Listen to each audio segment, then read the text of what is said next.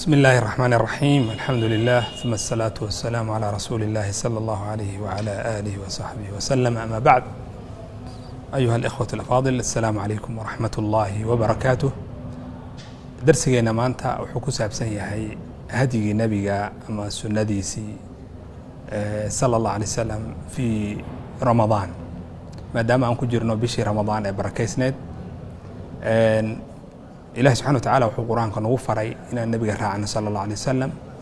قل إن كنتم تحبون الله فاتبعوني يحببكم الله ويغفر لكم ذنوبكم. هدي إلهي جعل شهين الراعة أيو ماركتي كله بالوير النبي عليه الصلاة والسلام ومد هذا كله. إلهي سبحانه وتعالى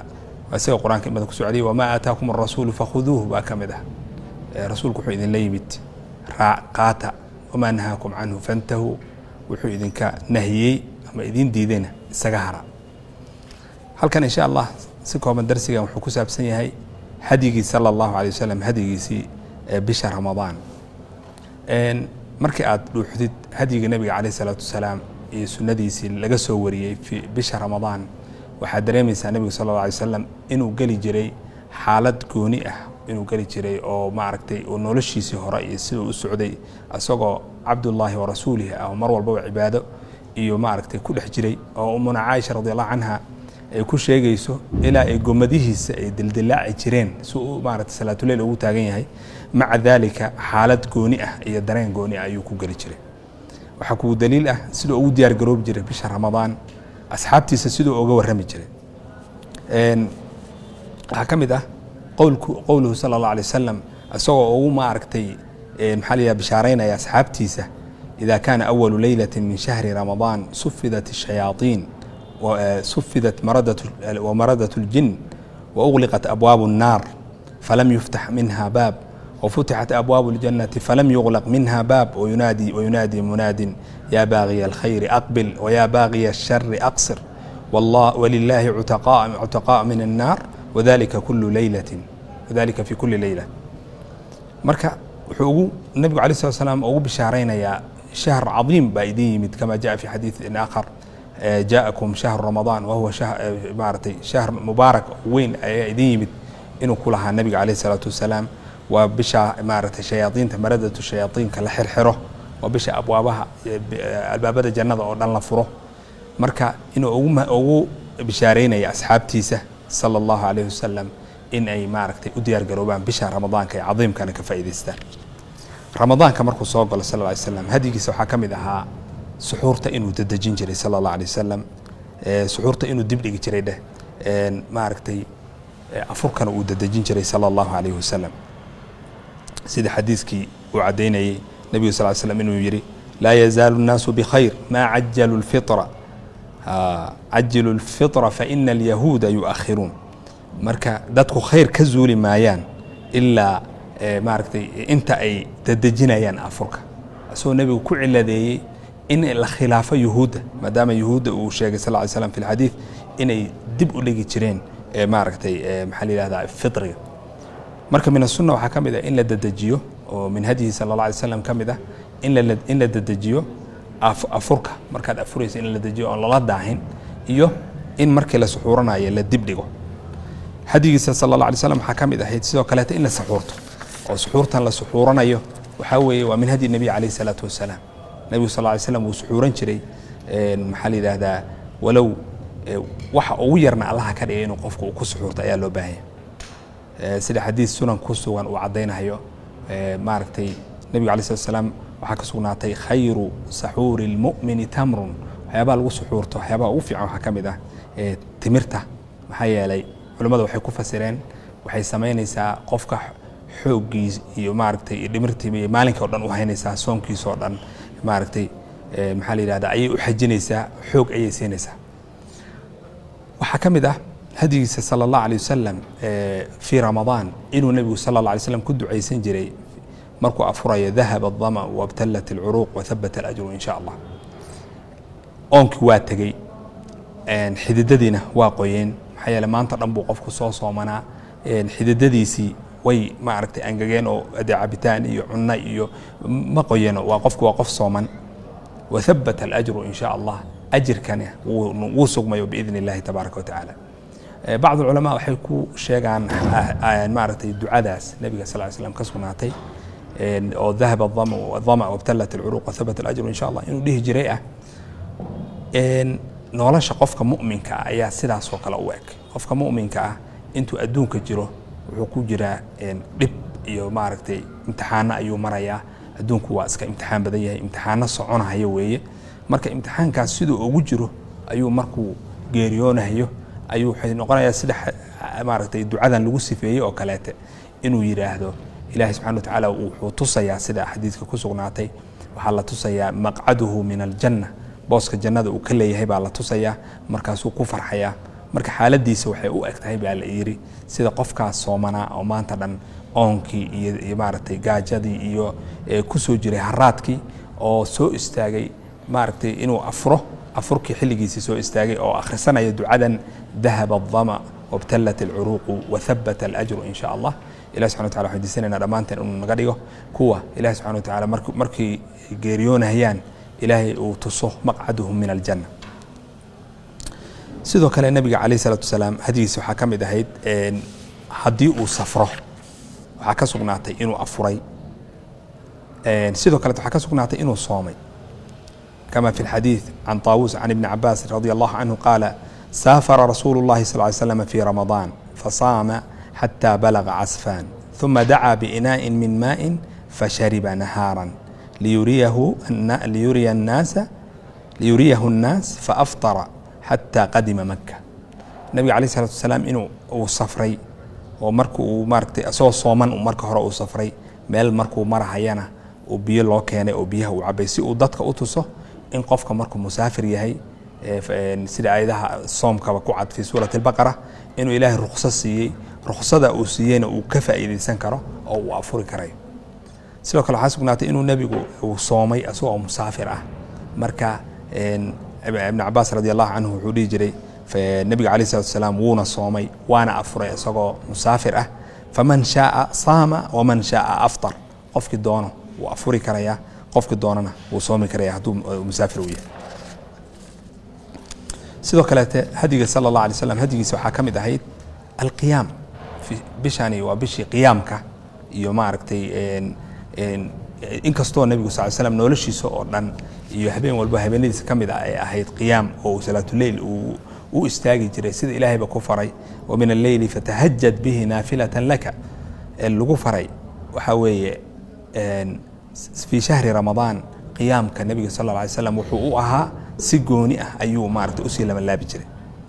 عائشة رضي الله عنها وحشيسة إنه النبي صلى الله عليه وسلم وتكن جري وحكم إذا هدي صلى الله عليه وسلم إن سلادي سؤال أهيد كوي تمرك عضات وفي رواية أخرى 13 ركعة إنه يحين جرتي مركع هدي صلى الله عليه وسلم قف كرب هدي إنه كده داله مركو مثلا تراويح تكن أيوه وأدركتين وتراويح وحين تكنها كوي تمرك عضات وفي رواية 13 ركعة إن لا تكنكره عائشة رضي الله عنها وحيلا ما كان رسول الله صلى الله عليه وسلم يزيد في رمضان ولا في غيره على 11 ركعة نبي مؤمن نحين متك زيادية رمضان في غير رمضان لبضبة إنه كمؤمن زيادين جرين 11 ركعة وفي رواية 13 ركعة marka qofka mu'minka ah waxa looga baahan yahay bishii Ramadaan hadda maanta kala barkeedu waan dhaafnay waa la socotaan maanta waa 17 إلهي سبحانه وتعالى وحيديسنا إنه نقدر من المقبولين في هذا الشهر الكريم إن أنكد ذالنا ولي فرصة بحثنا حبينا ذي أو خير كبدنا شهر رمضان أيام نوصل صعده وعشر الأواخر أعماش اللي قبته وحا أو خير بدن وحيا أو فضي بدن وحكم ده في رمضان والقيام إن قيام كلا داريو إن حبينا ذا لنوليو عائشة رضي الله عنها وحشويسة إنه النبي يقول نولين شري نولين تا وحلوت المامي إنه عبادة كجري صلاة إنه مركو جري مر القرآن وآخر السنة مر ذكرا لله تبارك وتعالى ينوع سو كلا ددويو أنواع ذا كلا دوان عبادة كو كلا ددويو أيو نولين شري بلاده رضي الله عنها ولذلك ولي فرصة بان هاي سنة عن قيامك أو قفا إذا سنة بشي رمضان ما أنت إلى أيو صدح طبعا أما لبيتهم بري يا نوسي لمن إلى سبحانه وتعالى أنا أقبله sidoo kale nabiga kaleey salatu wasalaam aad iyo aad buu u dheerin jiray salaadiisa sida aad maartay nusuusta aan ku aragnay إنه النبي كنت كنجري رضي الله عنه صلى الله عليه وسلم إنه كنت كنجري سورة البقرة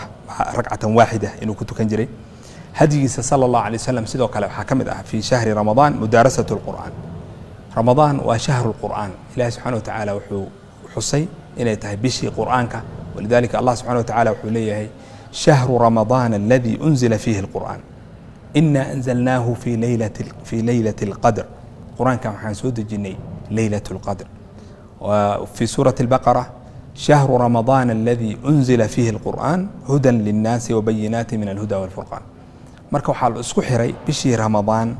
يا رمضان أي قرآنك وبشي قرآنك حكو دليل بشي مدارسة قرآنك إنه يهي عن ابن عباس رضي الله عنه كان جبريل عليه السلام يلقاه كل ليلة في رمضان حتى ينسلخ يعرض عليه صلى الله عليه وسلم القرآن فيدارسه القرآن كأيو لم مدارسين جري رمضان كي أوجد بين النبي عليه الصلاة والسلام وحكو عرضي مرتين مركه هرته وحكو عرض جري مرة واحدة رمضان كي أوجد بين عرض عليه عرضتين أما الله مر أيو لم راجعي القرآن مركه من هدي صلى الله عليه وسلم حكم ده هل كان قادنا يعني دتك مسلمين تأي كود دالان مدارسة القرآن الكريم مدارسة القرآن الكريم وقرآن كإني مراجعيان قرآن كقف إنه آخريه وفرصة رنتي قفك وحوجب ذلك علاقة حريرك ولا له القرآن الكريم قرآن كمارتي ضد ضنبا وحكو أدقي هاي قرآن كإني آخرستان قرآن كإني وردي يشان إني مارتي دميان هذا مقلي ضد قفك رهيو بيش أنا سيدي دبا قرآن كوان صوب بالله بكرة لكن مرة ما ينكر meel dhexe anoo maraya unbuu iga jabaya halka un baan uga tagaya quraanka aan waday marka wardi ma samaysan karo quraanka intaan soo bilaabo aan ku dhameeyo meel dhexe unbuu iga jabaya ma xusuusto inta mar oo quraanka si rasmi aan u dhameeyay marka bisha ramadaan oo mawsimkii iyo xilligii qofka mu'minka uu isku bedelayay oo tagyiir uu isku sameyn kari lahaa ah waxa ku jirta fursad weyn oo qofka uu wax ka bedeli karo qaabka xiriirka uu la leeyahay quraanka qisas badan baa laga hayaa dad badan oo quraanka uu ku adkaa ama akhrintiisu ay ku adkayd ama maxaa la yiraahdaa mudaarasadiisa ama wardiga inay iltizaamaan oo wardiga waxa weeye waa waxa qofka uu ka tagin oo sida cunada oo kaleeta quraacda iyo qadada iyo uu cuno ayaa waxa la rabaa inuu wardi u yeesho wardigaas oo quraanka uu ku akhrinayo ama hal juz ha noqdo ama laba juz ha noqdo ama saddex juz ha noqdo maaragtay nabiga kaleey salaatu wasalaam saxaabadiisii waxa laga wariyay qaarkood inay quraanka ku dhameyn jireen fi kulli 3 layaalin saddex bariyo walba inay quraanka ku dhameyn jireen bal qaarkood waxa laga wariyay in yawm wal layla ay quraanka ku dhameyn jireen maalin iyo habeen inay quraanka ku dhameyn jireen qaar baa laga wariyay maaragtay inay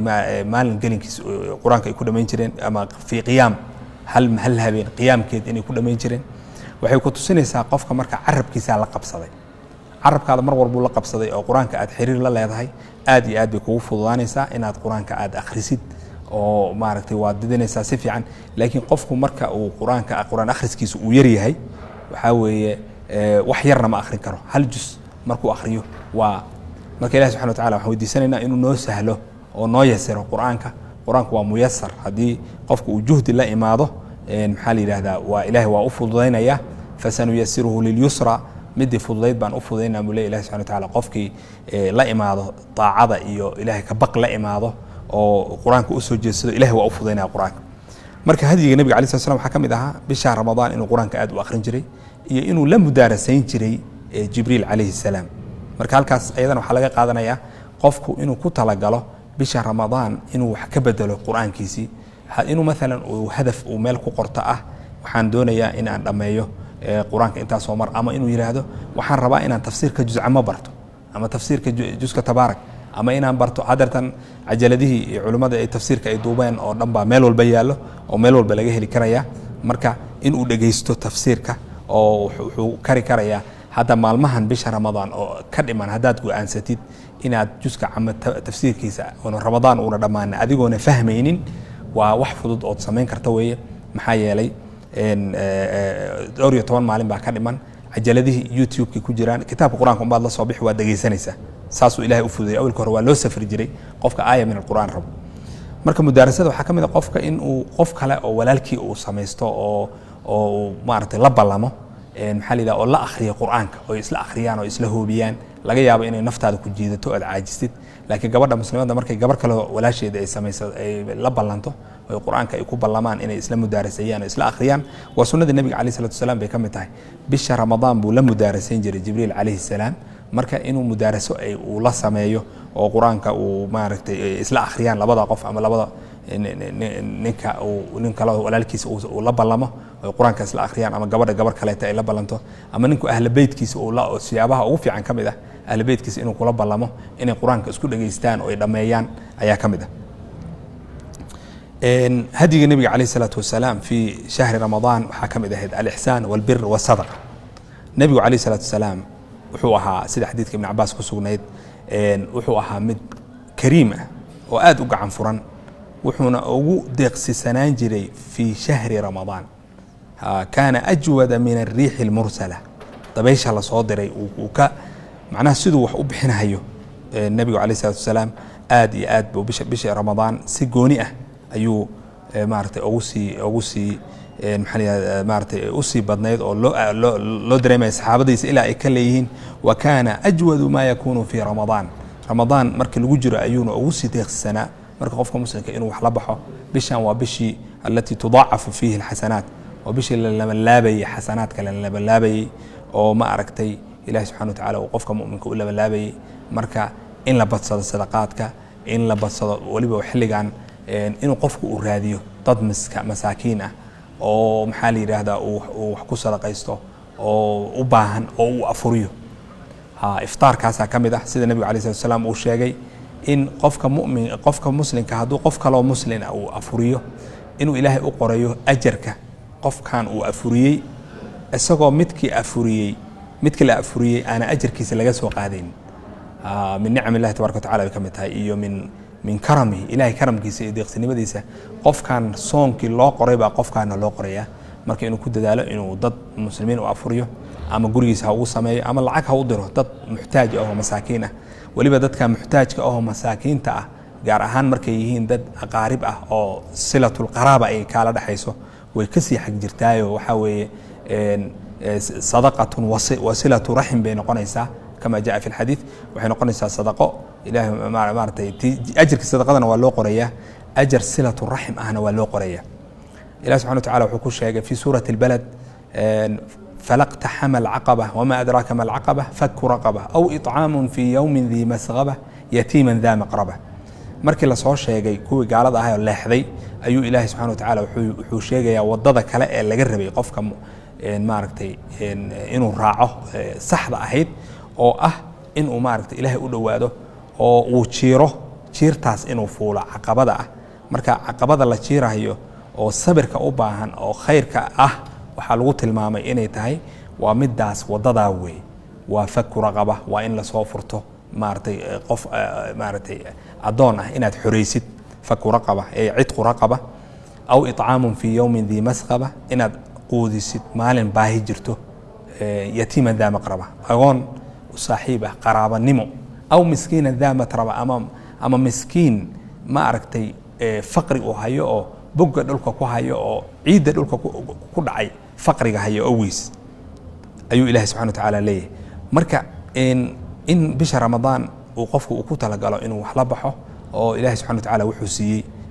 waxa kan hadda maalkan hadda aan haysano meel uu nala gaarahaya ma naqaano waxaa laga yaabaa inaadba ka dhimataba maxaa la yidhaahdaa bisha ramadaan oo dhammaaninba lacagtan aad leedahay dhigo inaad ka dhimato marka inaad hormarsato lacagta iyo waxa maalka ah ee rasmiga ahood leedahay waa maalkaas aad la baxday oo aad hormarsatay wey midkan kaa dambeeyo ood ka tagtay waxaa laga yaabaa inay warasada xitaa ka dhaxashayba waxaa laga yaabaa inay wax macaasi ku sameeyaan ama inay wax isaga ciyaaraan maalkii baa laga yaabaa xilligan baahidu ay aad u badan tahay in maaragtay aan ku dadaalno insha Allah tacaala bisha ramadaan in qofku uu qof afuriyo qofku inuu qof uu kale maaragtay ama qoys ay ka dansantahay waxaa laga yaabaa dad muslimiin ah baa jiro oo dhab ah oo garanayno oo walaalaheen ah oo nala degan laga yaabo magaalada inay nala degan yihiin ama magaalooyin kaleeto oo garanayna ay degan yihiin oo dabka uu ka dansan yahay afur aan helayn dad maanta dhan soo soomanaa annagana waxaa laga yaabaa afurka aan cunayno inaan ku jirno si uu fara badan yahay hilibka iyo waxa iyo khudaarta iyo sida loo wado miisaska in la buuxiyo hadhowtana qashinka lagu shubaa laga yaabaa hadigiisa sala allahu alayh wasalam fii shahri ramadaan waxaa ka mid ahayd alictikaaf inuu ictikaafo nebigu wuxuu ictikaafay ramadaan 10 hore waa ictikaafay 10 dhexna waa ictikaafay 10 dambena waa ictikaafay gaar ahaan 10 dambe ayuu ictikaafkiisa u badnaa sala allahu alayh wasalam marka inuu qofku ictikaafkaas oo noqotay runtii sunno dadku ay ka tageen gaar ahaan mujtamacaadkeena aad iyo aad ugu yar oo qofku una la qabsaninba wadamada islaamka qaarkood masaajidda way buuxsamaan waa la sii balansadaa waa la isqoraya qofku horey buu isku sii diiwaan gelinayaa si ma aragtay ina meesha uga buuxsamin masaajidka una uga buuxsamin inuu ictikaafka ma aragtay laga rabay uu la yimaado hadda masaajidda in badan oo kamid ah way naga xiran tahay maxaa la yiraahdaa laakiin fi shahri maxaa la yiraahdaa isha fi al-ashr al-awaakhir sida soo socoto waxaan uga faa'iideysan karnaa waxyaabo kale laakiin masaajiddu markay furan yihiin xitaa ictikaafkana wuu iska yaraa ilaahay noo naxariisto allah nagu hanuuniyo ictikaafka wax culus weeye qofku marka horeete intuuna baranin oo la qabsan laakiin mar hadduu la qabsado macaankiisa ayuu dareemayaa kamana tegi karayo nabigu kama uu tagin buu leeyahay axadu saxaaba ilaa ay madiina si ugu soo hijrooday kama uuna zuulin inuu ictikaafayo ilaa ilaahay uu oofsaday marka hadduu nabiga ilaahay sallallahu alayhi wasallam oo ma aragtay ilaahay uu dambigiisii hore iyo dambigiisii dambe uu dhaafay liyaghfira laka allahu ma taqaddama min dhanbika wama ta'akhkhar ilaahay kullee ووضعنا عنك وزرك الذي أنقض ظهرك لقول يهي هدو ما ركتي سيدا أو اعتكافها وجود ذالها يو أنجا ما ركتي ذنوبتي أنا قبضتي محاد مودة مركو الله ليال اعتكاف كاس حكم دي هي هدي النبي عليه الصلاة والسلام إنه اعتكاف يجري وحجلي جري النبي صلى الله عليه وسلم فجر كمركو كذا أما قبل كمركو دع مالك 10 أواخر كبلا بنيسو قفكم مركو اعتكاف سنة هي واعتكافك وكجره هذه حاجة ضروري ونكمر من ويجرته أو ما عرفتي مثلا ورقد بالغ ربع إنه مال وطاقة immigration أما واحد إنه صح صحيحه أو أسرع إنه طاقة موجي على جمار مكرين قيس كيس أما عدي سوا حق وحق بس أرن تاسو ونجود كرين قف كلاته قولي سبي حكي جيران مثلا إنه أبحه أو مركب أو كسر نقضه مركب أو كسر نقضه مركب أيها كم إذا هيد النبي صلى الله عليه وسلم سيدة عائشة رضي الله عنها حديث صحيح كل شيء جيسه كان لا يدخل البيت قول مسو قري جرين بيلاده صلى الله عليه وسلم إلا لحاجة حاجة موجي حاجة أعتقد إن يجرت موجي إذا كان معتكفا مركم معتكف وياهي وحاول حقوق كان جري ماشى معتكف كيسة أيوك كان جري مركز اعتكافك حسينا يقفك حل وإله سبحانه وتعالى وما عرفت حل وكفكر وحلاقي أبا هذا مثلا meelo badan deegaanada muslimiinta ee deegaan kamid ah masaajid wali waa furan way shaqeynayaan marka qofka haysto waa fursad waay maanta inta qofka heli karo masjid uu ku ictikaafo inuu ka faa'iideysto oo u diyaar garoobo 10 awaakhirka waa 10 bari waay 10kaas bari waxa laga yaabaa inay kaaga dhamaato fadhi ku dir social media maalinka meelaha iska soo marmar inay kaaga dhamaato xitaa arrimaha ma aragtay adduun ee ma aragtay asleeda way ka fakanayaan ilaahay baa ku barakaynay ilaahay subhanahu wa ta'ala qofka wax ooga tago min ajlihi ilaahay dartii qofka wax ooga tago ilaahay wuxuu siiyaa tacwiid ayuu siiyaa waa u badalaa marka wax walba oo aad ilaahay dartii ooga tagtid tacwiid ka fiican buu ilaahay ku siinayaa in aad dhaxda intaad xiratid aad ku talagashid in aad ictikaaftid aad ma aragtay gogashaada soo qaadatid ictikaafka marka lagu jiro aadaabtiisa waxa kamid ah in lagu mashquulsanaado cibaadada qof waxaad arkaysaa ictikaafsan oo maanta dhan social media ku jiro oo maanta dhan maaragtay quraan akhriskiisu iska yar yahay dadka ictikaafsanaa dhexdooda ee iska sheekaysanayaan oo ku mashquulsan yihiin waliba wax iska maaragtay ka baxsan cibaadadii iyo camalkii loo ictikaafayay laga yaabo inay maaragtay iska fadhi ku dirraan masaajidka dhexdiisa siyaasada ka sheekaystaan waxyaabo kale ka sheekaystaan waxa aan qofka qof kale uu la hadli karaa oo hadal ma hadli kara lama lahan laakiin camalkeenu inuu u bato cibaado mar uu quraan akhrinayo mar uu wardinayo mar uu tukanayo ma garatay mar uu dad tacliiminayo oo dadka uu wax barayo haday dad maaragtay u baahan oo meesha ay joogaan haduu maaragtay meesha dhexdeeda masjidka dhexdiisa uu ku ictikaafayo 10ka bari inaan ka faa'iideysano nafta waxay u baahan tahay tarwiid waxa weeye waa tababar bay u baahan in la layliyo ayay u baahan tahay layliskaas iyo la dagaalankaas la dagaalamayo ayaana looga guuleystaa ilaahay wuxuu leeyahay qad aflaha waxa liibaanay man zakaha qofki tahiro oo nafta la dagaalamo oo tahiro waqad khaba waxa maaragtay khasaaray man dasaha qofki duugo oo aaso marka waxay u baahan tahay tarwiid oo naftu waxa weeye waa ciyaalka kala la yiraahdaa ciyaalka ama ilmaha yarka ah ee naaska hooyadii nuugayo naaska hooyadii uu nuugahayo haddii la siiyo oo naaska aanan laga gurinin wuu la qabsanaya mar walba inuu cabuu rabaa wuu ooyahayaa hooyadii wax yar hadday maqnaato dadka looga tegey waxaa weeye maxaa la yidhaahdaa wuu dhibahayaa naaskii buu rabaa inuu nuugo laakiin xoogaa haddii intii lagu yara adkeeyo in laga gooyo la isku dayo wuu ilaawaya khalaas wuuna ka go'aya nafta bini aadanka saas weeye waxa khayrka haddaad ku dirqiso hadduu ku dhibayo quraanka inaad akhrisatid ama inaad maaragtay witr aad tukatid ama aad tukatid salaatu duha haddaad isku dirqisid oo muddo aad wadid kadib tabci iyo caado ayay isku bedelaysaa aad ka tegi karin inaba aad ka tegi karin oo maalinka aad quraanka akhrinin waxaad dareemaysaa inuu maaragtay qalbigaada wax weyn ay ka maqan yihiin marka waxay u baahan tahay mas'aladu tarwiid bay u baahan tahay iyo tababar ayay u baahan tahay iyo inaan isku tababarno sidoo kaleete waxaa ka mid ahaa hadigiisa sala allahu alayh wasalam inuu ku dadaali jiray alcashar alawaakhir tobanka dambe inuu ku dadaali jirayoo si gooni ugu dadaali jiray sida xadiiska saxiixa caaisha radi allahu canha ay ku sheegtay kaana rasuulu llahi sal ly slam ida dakhala alcashr axya alleyla waayqada ahlahu washadda almi'zar caaisha radi allahu canha waxay leedahay nebigu alay slat slam wuxuu ahaa hadday soo gasho tobanka cashar alcashar huna waxaa lagu wadaa cashru alawaakhirka idaa dakhala alcashr tobanka dambe ee ramadaan markay soo galaan nebiga wuxuu ka bedeli jiray noloshiisa oo dhan waxbuu ka bedeli jiray waana laga dareemi jiray nolosha sidiisii hore isaga sii socon jirtay ma uunan ahaan jirin wey idaa dakhala alcashru axya alleyl habeenka ayuu nooleyn jiray kaana yuxyiihi bilcibaada marka qofku inuu cibaado uu ku nooleeyo haddii maaragtay qofku uu daalo saacad iyo uu seexan karaa si uu cibaadada nashaad ugu helo laakiin inay noqoto xilli cibaado ah maxaa mar uu quraan akhrinayo mar salaatu taraawiixda uu tukanayo mar uu quraankiisa akhrisanayo mar uu tasbiixsanayo oo ilaahay subxaanahu wa tacaala uu baryayo waa 10 bari waay 10 bari oo tirsan inuu nabiga calaih slat salaam uu nooleyn jiray oo habeenkii uu nooleyn jiray ayqada ahlahu ahalkiisana inuu toosin jiray marka qofka hadduu keligii iska tukado caruurtiisa iyo ahalkiisa iyo uuna toosinin oo wax saameyn uuna ku lahayn looma baahno waxaa weeye waxaa loo baahan yahay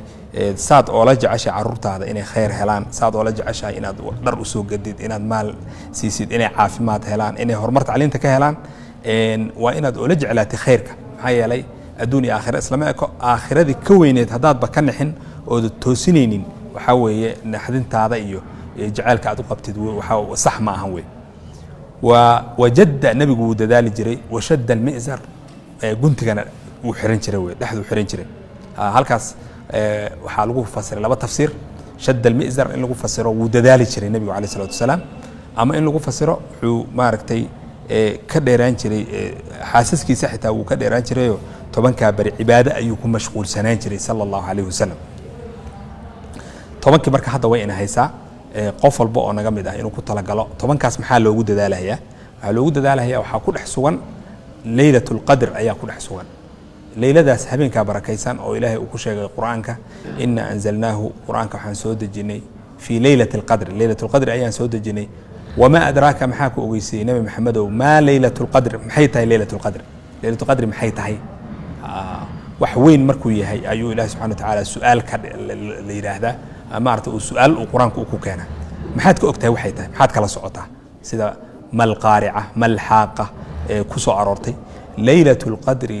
habeenka leylatul qadriga ah khayrun min 1000 shahrin kun bilood ayuu ka khayr badan yahay kun bilood markii la tiriyay waxay noqotay khayrun min 1000 shahrin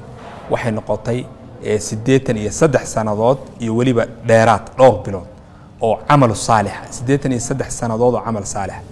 qof camal falanayay 83 sanadood camal saalix falayay ajarkii uu helayay baa halka habeen loo qoraya maxaa yeelay ummadda nabi maxamed calayhi salaatu wasalaam waxaa weeye cumrigooda wuu yaryahay laakiin ilahi wuxuu u barakeeyey mawaasimta khayrka ummadihii hore kama jaa fi bacd alaahaar waxaa weeye waxay noolaan jireen sanado badan boqolaal sano ayay cumrin jireen sida nebi nuux calayhi salaatu wasalaam ilaah uu ku sheegay inta uu dacwada waday inay ahayd 1000 sanatin ilaa 50 caaman 1000 sano oo 50 laga jaray waa 950 sanadood buu dacwada waday ummadda nebi maxamedna nebigu calayhi salaatu wasalaam wuxuu yidhi ummadayda cumrigeeda waa 50 iyo 60 waxaana yar qof 70 dhaafay